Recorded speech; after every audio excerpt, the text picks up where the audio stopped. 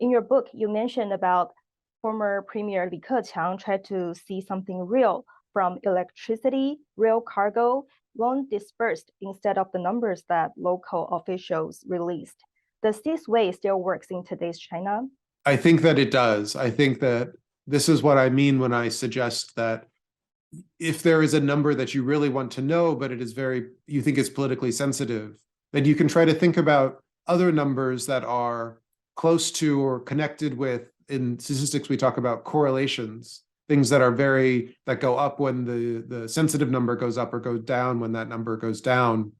So things that are highly correlated with this sensitive statistic, if you can find and match the patterns over time with these highly correlated factors, then like Li Keqiang suggested, I think that you often are able to see the real patterns of what is going on. I'll also say that increasingly for a lot of economic activity, like agricultural production or industrial production, we can observe things from satellites. We can see how many trucks are leaving a factory or how much the crops are growing, how much flooding has damaged some areas rather than others. And so there is a lot of information that I think we can take and kind of to observe and to check the official statistics. What would be your general recommendation when people are looking at the numbers that the Bureau of Statistics release? So I think most of the numbers that are released, I think, are not politically sensitive. And so what is collected and released is probably the best representation we have of the truth. Getting an accurate number of anything in such a huge society is often very difficult. And so even if there are errors, that doesn't always mean that they are intended to kind of be kind of problematic or intend to deceive in some way, that it's also just a very difficult task that they are kind of like set themselves upon. One needs to be more careful, I think, is when numbers are particularly politically sensitive. So that can change at different moments in time. Different numbers can be more or less sensitive. Right now, GDP targeting is not as sensitive as it used to be. And so I think there's less emphasis, and maybe we can trust those numbers more than we used to.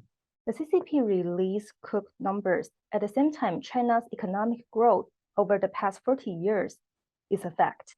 Why does the CCP still cook numbers instead of just releasing the real number when talking about economic growth?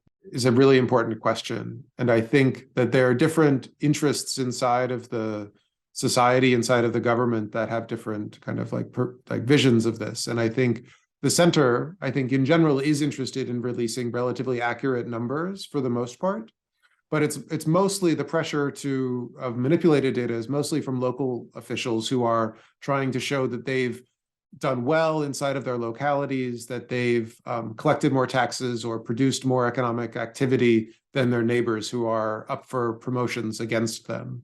And so the pressure for manipulation comes from below, but it comes from below inside of a system that was created from the top, kind of that pushes them in this direction. So depending on the way you think about it, it's either the whole system is pushing towards this, but that doesn't mean that every number that comes out of the government is manipulated or not to be trusted. Often the National Bureau of Statistics is still the best record of what is going on inside of the country, even if some of the numbers that it releases should be taken with a grain of salt.